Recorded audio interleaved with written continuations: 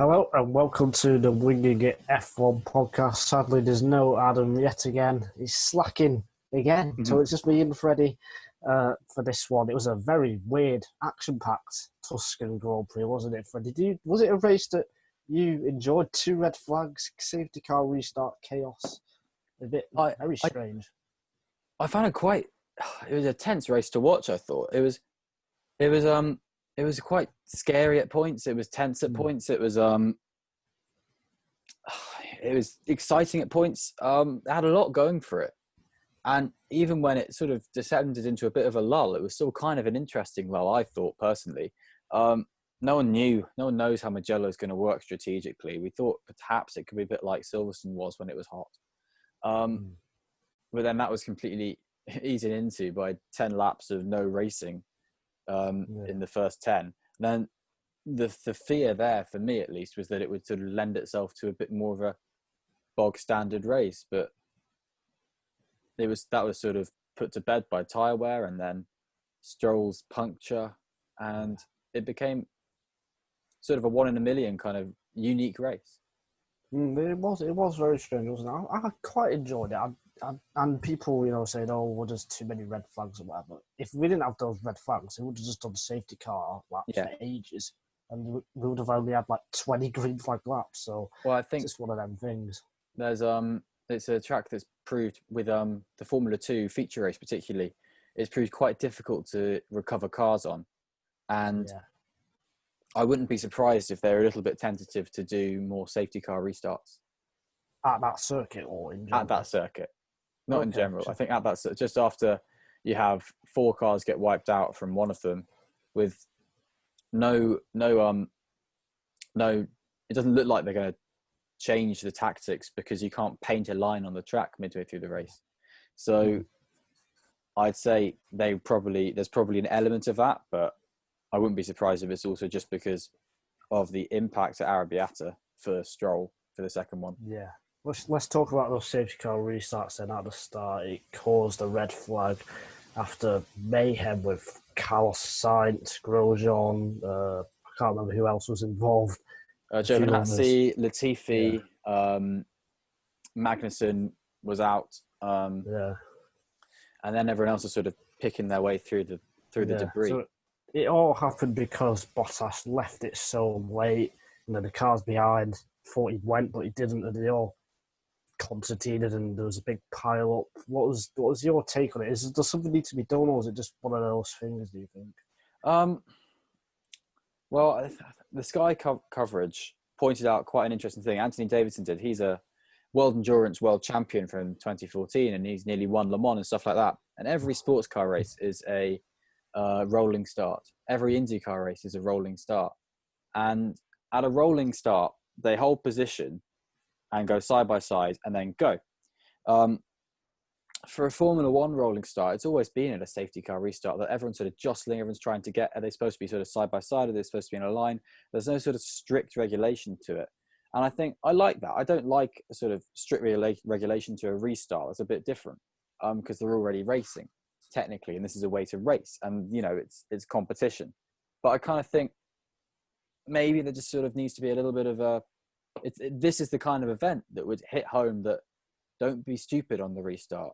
What seemed to happen, the first shots seemed to make it look like that Giovinazzi and Latifi had gone at the right time, and Magnussen just had either slipped it up into third gear and just bogged down or something, and then they hit the back of him. But that wasn't the case. What was the case was out of the corner of one of their eyes, presumably Latifi, because he was the furthest up the grid, he had seen someone jostling for position, maybe Ocon or Kvyat, someone like that, maybe getting a spurt on to try and scare the guy in front or to try and have a little practice at a restart.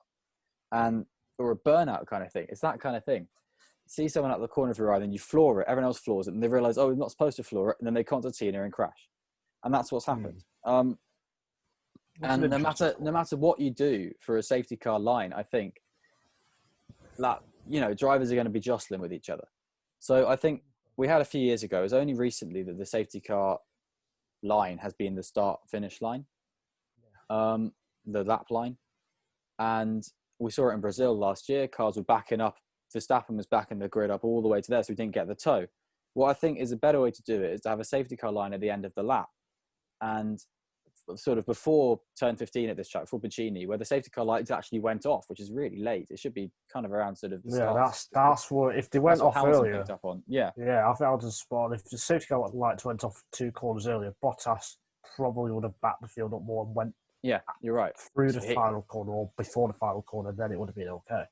So he had to back them up through 1 corner and half a kilometre of straight. So that's when it's on the straight, they're all going to try and get the toe, and they're all going to want to get in the best position to sort of just get onto the accelerator much quicker, because by the end of the straight, that will pay dividends dramatically for them. And, you can't blame them for that. And it was an entire racing incident, that crash. But it was a racing incident born out of the safety car regulations. And I think the best way to do it would be to just have the safety car line rule that we had a couple of years ago, frankly. The only reason that's gone is because if you remember the 2017 Baku race, the last time we had red flags before this year, Lewis Hamilton was doing restarts after the safety car, and he was going so early because he was able to, that the safety car was under attack from him. So they've done that so that the safety car can get out of the way before the racing, and that's perfectly fine. I think you just need to make sure that drivers are aware that they need to give a certain amount of time before they go, but that they can go earlier. It's a really difficult one to manage. But if there's anything that needs a knee-jerk reaction, it's a pile-up crash like that. I think it's a track-specific thing. We see it back as well, the F2 in I think it's the first time F2 went to Azerbaijan, Matthew Sheets, they got a race ban because of safety car cars. Exactly like what happened today in the F1. I also think the green panels flashing when Bottas hadn't gone, I think that's a mistake from the FIA. They should only do the green flags and the green panels when Bottas actually goes through it, because if you're way back in the pack and you see the green light, that's your cue to go out, I think. So I think something could be done there. The best thing to do with that is just to turn them off. Don't have them on yellow because it's not yellow. Because then people think, oh, maybe there's a crash up ahead. Yeah. Don't have them on flashing green saying go, go, go. Yeah. Because like you say, that's going to be really distracting. And you shouldn't have the green flag lights being determined by Bottas. They should be just on for the lap, but they're not on that lap yet, perhaps. That kind of thing. The safety cars, that's a safety car lap. The next lap is a racing green lap. So the green lights are sort of, yes, it's green now, but if you can, I mean, presume it's not complicated software to just put this up at turn 2. Yeah, or just, I think for me, for me, with the panels at the start, someone just needs to press a button when they see Bottas actually accelerate. Yeah. I think that's all they should do. Yeah. Because then the drivers in the mid-pack will, we'll see the green panels and then they know it's gone. But yeah, it was a bizarre crash. It took out a lot of drivers. Yeah. In the end, only 12 cars finished. Race of attrition, but it ended up with a Mercedes 1-2 yet again, even after all that. Lewis Hamilton winning 90th win now, just one behind Michael Schumacher. Yeah. Although Valtteri Bottas had his chances, didn't he, Freddie? He had his chances, and it was a weekend that's been incredibly interesting from a Bottas study perspective. And Bottas has been, this is the first weekend I've gone into this year, really, apart from Austria, I think, or Silverstone too, where Bottas was on pole. The first time Hamilton's been on pole, where I've really thought, I think Bottas can take it to him. I think Bottas has got a chance here. I think Hamilton might be a little bit rattled. I thought Bottas was going into this weekend. His whole mindset seemed aggressive, attacking. He wanted to put one up. He was a laughing stock in Monza, frankly, and he knew that, and he was clearly had beaten himself up about it in the exact right way to come into this weekend with fire in his belly, ready to take the fight, topping every practice session. I mean, he didn't have to do that, but he went for it straight away. He was trying to get under the skin of Lewis Hamilton. He wants to play these mind games, and he's took the lead at the start when he needed to, and played the game on the safety car restart as best as he could have done. And Bottas did the right thing there, actually, to be fair. We haven't mentioned that was the right thing for Bottas to do. And the way he did go was he went with a little bit of a dart across the track in front of Hamilton to scare him into Leclerc a bit, and that worked. Leclerc was then closer to Hamilton than Hamilton was to Bottas, albeit everyone was focusing on the carnage behind, as they should do. But Bottas nailed that as perfect as he could do. He was let down by his restart at the second restart, and then by his tyre wear. His tyre wear was atrocious on the medium tyres. That forced him to have. He was within a second of Hamilton, within 2 seconds, which is where he needed to be. Particularly if he wanted to say, "Oh, my tyres are going, let me pit," which is what he did, to be fair. But he did that because he was having vibrations, because he was dropping back by about 7 or 8 seconds by the time he pit. That's not good, frankly. I think Mercedes should have been a bit more onto his tyre wear there. He just seemed to hit it after about 50 he also had a tiny bit of traffic because Raikkonen had a slow stop. I think, and Raikkonen came out in between Hamilton and Bottas. I don't think the TV cameras picked it up on the little track map. But like you said, dropping from 2 to 8 seconds, Raikkonen in the middle doesn't account for that. And then we saw this at one of the Silverstone races as well. Bottas pushing hard to stay within 2 seconds, but then his tyres just give in and he doesn't have it. But then even after that, he had another chance at the third start. But third restart, fourth start if you count the safety car. Yes, but then he wasn't able to take it, was he? No, unfortunately not. He bogged down on the restart. This was his opportunity because every time at every start, there'd been the first start, Hamilton lost it from pole. Second start, Bottas lost it from first place. This start, by process of elimination, was Bottas's to gain with Hamilton in P1, but then Bottas lost it there too. So you can't put it down to grip on the track. You just got to put it down to Hamilton got one bad start and then Bottas got 2 bad starts. That's frankly it, unfortunately. And I think the mindset of Bottas this weekend has just, with the most attacking weekend he's had in his career against Lewis Hamilton, Valtteri Bottas. And Hamilton's fending off made it look easy. And that just says all you need to know about this championship and this Mercedes team this year. Hamilton can come under attack from the most relentless Valtteri Bottas we've ever seen and bat him away like he's a fly. He finished 5 seconds at the end. He just said, come on, why not? Give me a go. Yeah. Come and get me. Oh, look, you're within a second. Bye. Wins. And that's it. That's Lewis Hamilton for you. And he's just... It was not a calm race as a viewer, but for him, it was serene. Yeah, because he came under a lot of pressure, Hamilton. He had to deal with the restarts and new tracks. We don't know how big the tyre wear is and stuff like that.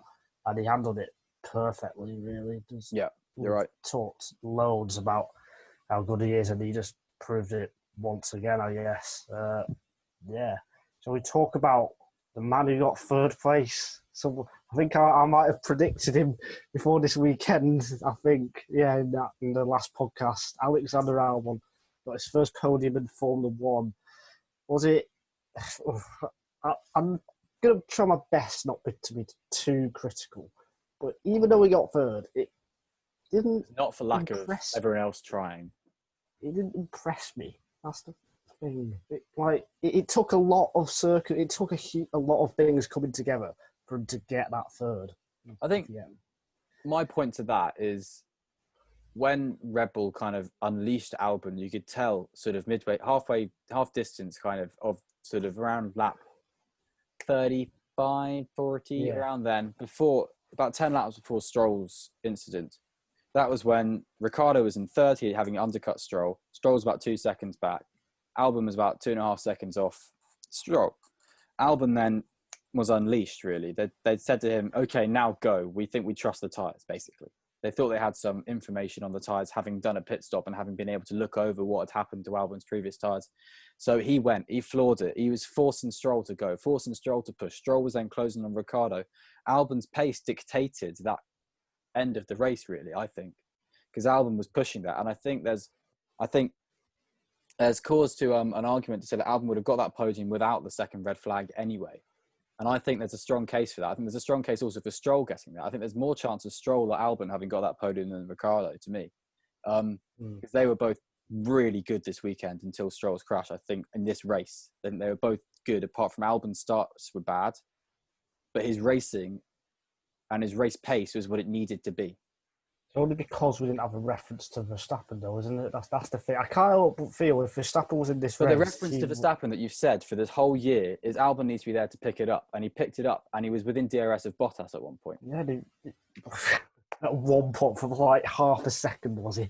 Yeah, the half a second he needed it, to be fair. So that's where he was. He he was there to pick up where Verstappen couldn't get third, and he got third. It's a great, I think he managed the end of the race really nice. It's to catch Ricciardo and overtake him. Yeah, I just want to see him keep in it, the normal carry race. it with him. Yeah, in the normal race, still, I still don't have the confidence that he'll be even within half a minute of the leaders. To be honest, well, that's just me. Okay. In normal, but he kept it clean when others made mistakes, when others crumbled under the pressure, and that's a great thing. So we'll see over the next few races how well he does. It's a shame Adam's not here because it would have been interesting to see what he would have said. I'm sure he would have been celebrating this. But it's an interesting one, Albon. I do think he'll keep his seat for the rest of the season as well. And I think talking about there's an interesting debate on that with kind of obviously the obvious Gasly to Red Bull push has happened because Gasly's got his win, he's got his good result. But the statement that caught a few people's eye after this was Horner saying it wouldn't make sense to put Gasly back in Red Bull. And people were like, what? That doesn't make sense, Christian. But that does make sense, what Christian Horner said there. What he's saying is, so we dropped Gasly, but yet he's performed so well this year. He's now won a race. He's dominated there. We've looked at Albon in comparison in the Red Bull seat to Gasly, and there's no difference there. So if you're saying we should... I don't want to get into that debate. I think there is a difference. If Horner's saying, if you're saying that Gasly and Albon, if we're saying Albon is basically the same as Gasly in that Red Bull seat, and if you're saying Gasly's doing well enough to be in this seat, then that means Albon's doing well enough to be in this seat. Does that make sense how I'm phrasing it? It makes sense. Yeah. What you said is if Gasly was in the car, he wouldn't do any better than Albon is. Yeah. Now. Yeah, basically. Yeah, that's where I think differently. So I think it's interesting to look at. I think, we don't need to go into this because we go into this every bloody day. That, Gasly obviously has got fire at the moment. He's got an absolute drive at the moment. Unfortunately, he qualified awfully this weekend, and he unfortunately meant he was mired in the mid-pack, which forced him out of the race in lap one. Shame for him, thud back to earth and a half. But he had an ERS problem, I think, in qualifying. Did he? He wasn't able to use all the electrical boost, I think. And that part of the problem is because there's not much braking at Mugello, so I think that's... There's not. But there's a lot of overheating. Can't they use MGUHs a lot? You're asking the wrong person for that question. I'm not sure. Let's move away from the Albon Gasly thing because I'm sure we've annoyed many people by talking about that too much. Unfortunately for Daniel Ricciardo, he just missed out because of Albon getting the podium. Cyril Abiteboul will not be getting a tattoo yet because if Ricciardo does get on podium, Abiteboul will have to get a tattoo, which will be weird and interesting.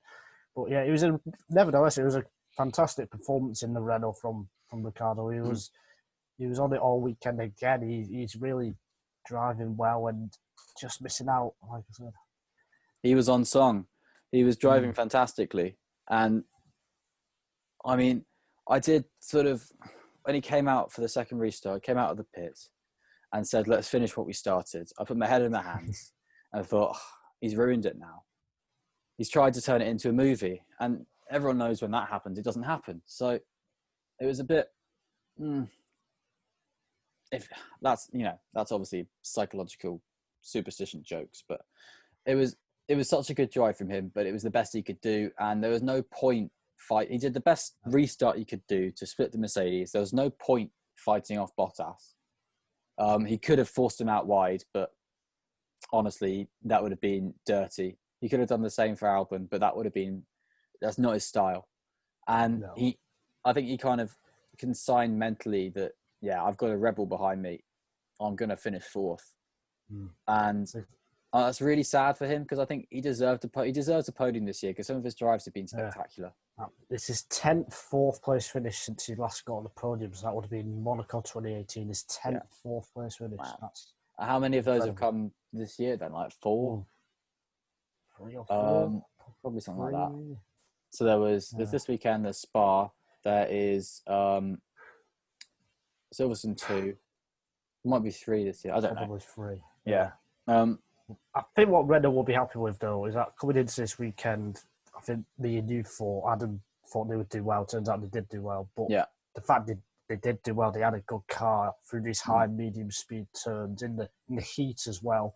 You saw how well they went at Spa when it was a bit cooler. That is very encouraging for the rest of the season for them. So, yeah, I think Renault will be quite happy with that going into the next few races. We have, who was fifth? Was it Perez fifth? Fifth went to Perez. He nearly got Albon at the restart. And he did get Albon at the restart. There we are. Albon got him back, didn't he? Yes, Albon nearly got taken by, I think, Charles Leclerc. And he got him back around the outside of turn 3 really nicely, did Albon. And then immediately was on the back of Perez and got him back, made the move into, yeah, I think so. I think he made the move into turn 1. And then Perez then came back at him. My memory's gone. I'm thinking, because I remember, it was literally half an hour ago. Perez came back at him, but Albon was far enough ahead at the braking zone to be able to dictate the line on exit and just sort of opened up the steering a bit where Perez couldn't keep with him and held him off in a way that Ricciardo wasn't able to do to him because he was closer in the braking zone. So Perez did have an opportunity there to seal fourth, I think, actually. And he drove very well this weekend. He benefited when he needed to from Esteban Ocon's spin in qualifying, and that meant that he started where he theoretically should have done on pace with his one-place grid penalty from his rather clumsy, you're right, practice collision with Kimi Räikkönen.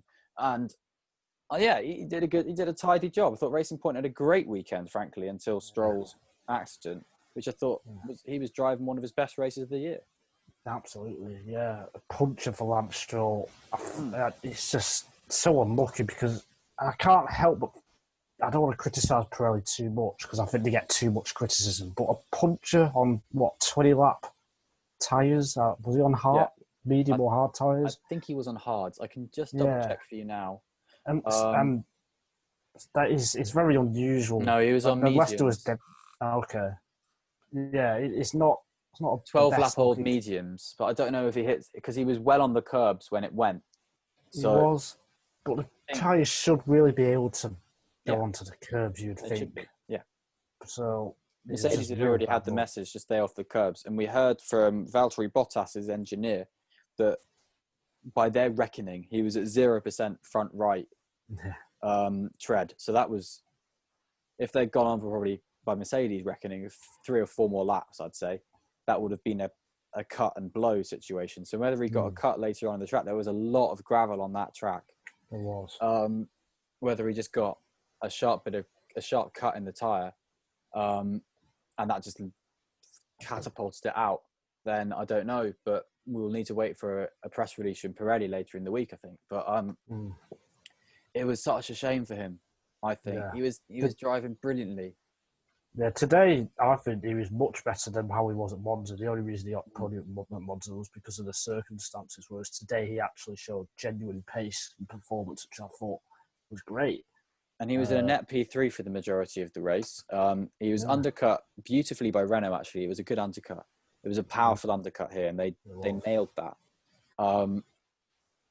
But he was reacting to the pressure from Albon well, and he was putting the pressure on Ricciardo well. And he was fulfilling his job as the lead Racing Point, frankly. That's where he needs to be. And he did a great job there. And I think it's a shame that he had the accident. I've made that very clear. His accident did cause some quite, Benny Hill Marshall moments. On fire, wasn't it? It was on fire. Pretty scary. They opened it up and some cameraman just went and had a look. I was like, oh, look, there's the Mercedes engine for all to see while the guy threw a fire extinguisher at him, which was quite an interesting development in the Grand Prix. A nice bit of entertainment while the red flag was on. But yeah, I can wax lyrical about Stroll's performance, I think, all day. Yeah, hopefully Racing Point can get that car fixed for Sochi in 2 weeks and it's all sorted. Ferrari, 1000th race. And, well, Charles Leclerc in qualifying was Beast. incredible. Absolutely unbelievable to get into 5th place, but then he just went backwards. And Vettel, equally, he wasn't able to make an impact at all in the race. Was that what was expected, do you think? Yeah, the lap charts, looking back, will do him an injustice of Charles Leclerc running for 10 laps in 3rd, with all of them being under the safety car. Charles Leclerc had a brilliant weekend, I think, actually. Yeah. Finishing in 8th was actually pretty good. When you think about it, the pace of that Ferrari would have been around 10th or 11th. They kept their noses clean, apart from Vettel when he got a wing change on lap 1. But apart from that, they stayed out of trouble. They operated the race as usual, to be fair, for Ferrari. They did a strategy that worked a bit, really. It kept them where they needed to be. And for Charles Leclerc was a little bit strange on his, but they reacted to what was needing to be done with his tyres and made sure that he didn't get the puncture, and both got a double points finish. And I think that's actually, to be fair, kind of dreamy for them. Yeah, definitely. And Vettel managed to stay out of trouble as well, because he was behind all the restart chaos, managed to make his way around. I don't think Vettel was too bad compared to other weekends. He still wasn't with Leclerc. Yeah, he was all right, but Leclerc was just excellent yet again. Leclerc was just a monster in qualifying. His 5th place is actually the most outdriven I think a car's been this year. He's done some brilliant wonders in that car, I think, this year. Austria springs to mind, as does Silverstone, and good on him. I think double points. So finish. Good, isn't he? Yeah. Double points finishes. This is only the dream for Ferrari today. This is only his 3rd season as well, which it seems like he's been around for ages, but he's not. It was a mature, measured drive. He didn't get flustered when he was being overtaken. He understood the performance of the car. Where a lot of drivers in that situation would be screaming out, saying, "Oh my God, what's going on?" That kind of thing. But he understands the performance of the car is where it is. He understood that he outperformed the car, and that he wasn't going to hold that position. That's a lot of mental strength for a young man. Absolutely. I wouldn't be like that. I don't think I'll be weaving all over the track, trying to keep people behind me. Warming up the tyres. Of course. Yeah. George Russell sadly missed out on points. It was a bit like Germany, Germany last year, wasn't it? When that was a crazy race, and Russell just missed out. Then the same happened today. Yeah. Do you think? I'm starting to think, especially given how well Latifi's been going, is Russell as good as some people suggest? Because his race pace this year has been lacking slightly. It's not. I think special. I think his pace is good. Okay. I think his racecraft goes under the radar a little bit because he's at the back of the grid. Perhaps. And the only time it was really revealed was when he didn't get the point to Kubica last year, because he went wide and Kubica didn't, and that was it. And in Hockenheim 2019, so that enabled Kubica to get Williams' only point of 2019. Good on him, because he stayed out of trouble when Russell didn't. And if you look back, I think someone did a compilation of all of Russell's starts in 2019. And because for someone who's consistently out-qualified his teammate, for someone who started 19th for pretty much every race in 2019, he started at the end of the first lap 20th, more occasions than you'd want. But it's a shame, because he had the pace for the points today. He was running in 9th for a lot of it. And because 2 cars were unlapped, they got points. Well, Raikkonen got points where he arguably should have got the points. But just simply because Raikkonen and Grosjean were allowed to unlap themselves, did he probably miss out on those points, actually. And Raikkonen got a mega second restart, and Russell just didn't. Russell dropped it then, unfortunately. It was by his own mistake. Yeah. It's interesting, because I coming into the season, I thought Russell would, destroy Latifi. And yes, we did see what Latifi was able to do today. I just want to talk a little bit about how Russell and Latifi, the battle was going on over the season. Russell has that qualified. Yeah. Well, he's got, I think it's 30-0 over his last, whatever. Do you think if you was Mercedes, go looking at pure drivers like pace, ignoring the Bottas is a great number 2 and all that, would you put Russell in the car? No. Okay. I think if we're going on pure pace, we just have to look at the fact that Bottas was 10th off Hamilton in qualifying last week as well. And the majority of the races this year, a couple of these had poor performances at, but that's what you get from Russell too. I think if you're up against Hamilton.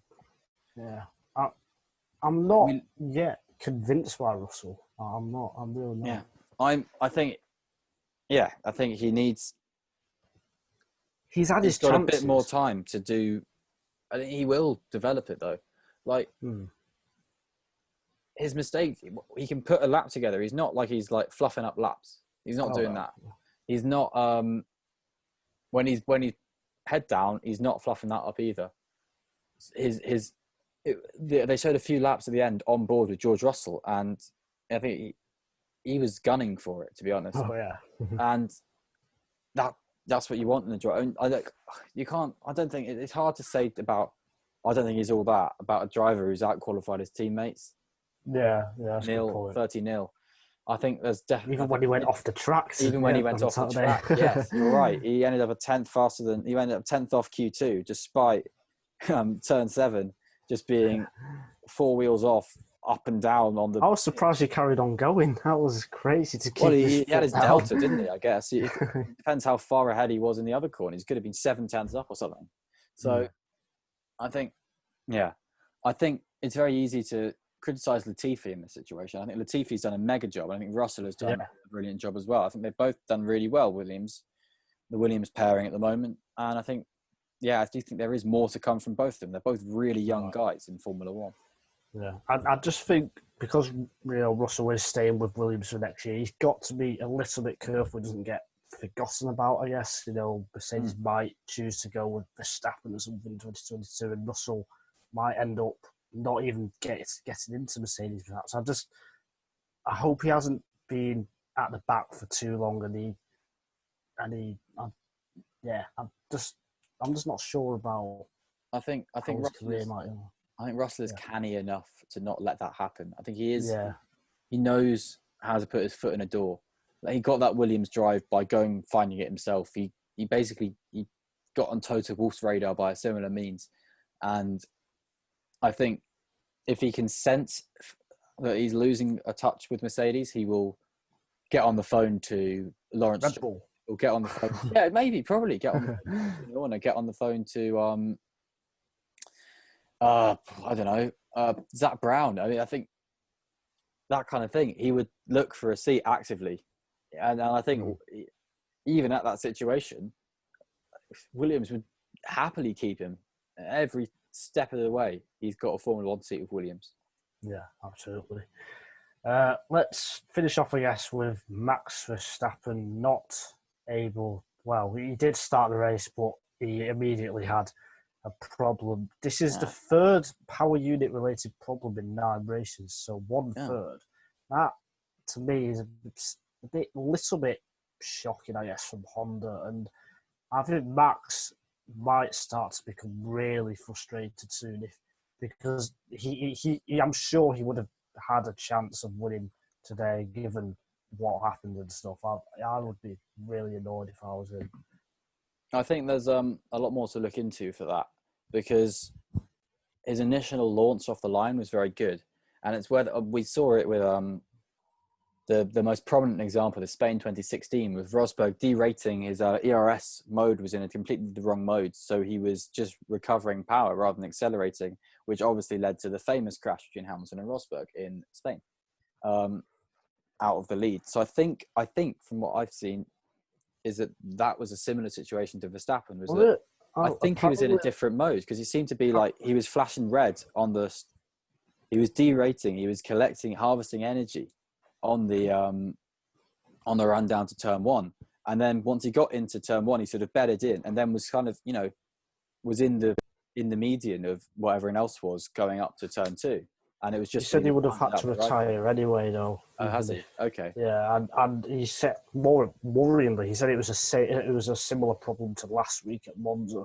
Oh, right. If they haven't solved a problem, so they put in a new engine or not? Well, not for this weekend, no. Okay, so I think maybe it's just a duff. I think that's what they should do, because it's really quite poor to have three power unit related problems. How do you think Max? Oh, well, I guess this is hard to say. But I'm going to ask it anyway. How do you think Max would have got on in the race if he was in it? Not a clue, mate. He might have been able to get on the tail end of Bottas for a bit of it. Okay. Yeah. I think he would have genuinely been fighting for the win. So yeah, I think it would have been interesting to see. And I really hope we can come back to Mugello and do it again. Yeah, I do too, yeah. So I think we both agree that we should stay on the calendar. How do you feel about with all the big crashes that we've had and stuff? Do you think there'll be changes made to the circuit if F1 does come back, or is that just the way it is? Well, if there are changes to the circuit, then that will ruin it. I agree. What we've loved about this circuit is the limit is the circuit. And all the drivers have loved that. And the undulation, the fast corners, everything is... And the fact that it's given us racing. People look at it and go, oh, no, we've only got one overtaking zone. But the fast corners are working. The fast driving is working. The drivers are exciting to watch on a single lap. And, I mean, we're going to Sochi next. I think that will give us such a stark reminder of how lucky we've been to have this racetrack in Formula One, even if it is for a cameo performance in a really sadly COVID-affected 2020. We've locked in to Mugello, and the track is blissful. It's amazing. It's so beautiful, and I think for every massive crash you get on a safety car restart, you're going to get 100 that you're not going to get. So it's such a good track. It really is. For me, it's the best track in Italy, more so than Monza and Imola. I'm excited for Imola.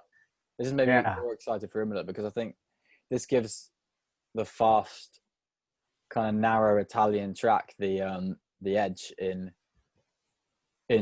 Formula One, where people were looking at it going, oh, the layout's not going to lend itself to racing. It'll be cool to watch. It'll be a good qualifying. But this week, here, qualifying was the damp squib. And the race was the frenetic activity of the weekend. And I think even if it would have been a normal race with 20 cars, I still think it would have been a pretty good race with Verstappen in there, more cars in the midfield and stuff. I think it would have been a great race. So, I do hope Formula One returns here next year and in the future. And 2022. This will be a great track in 2022. We saw in Formula 2, there was the odd chance of some moves in different parts of the track when you've got a bit of tyre wear. We had Marino Sato this morning getting past Felipe Drugovich at turn 10. Oh, 10. Turn 10. We had Armstrong and Schwartzman going for it in turn 4 and 5. That kind of thing. You had different parts of the track were able to different parts of the moves. And if the 2022 regulations work, then this kind of track would pose some opportunities, some really sort of ballsy racing that you're not going to really have somewhere else. It's going to be exciting to see if we get to keep this play. I'm tentative to say we will. I don't think we will. I think next year, with all possibility, would be as normal as the calendar as they can get, which we shouldn't turn our noses up at, but this is good. This is good. Yeah, totally agree with that one. All right, then, that's it for now. Freddie's got to rush off somewhere, so that's the podcast for this week. Me, Freddie, and hopefully Adam will be back in a few days to talk all about all the news and all the things that have been going on. There's a lot to talk about as usual. So we will see you for that next time. Bye. See you guys.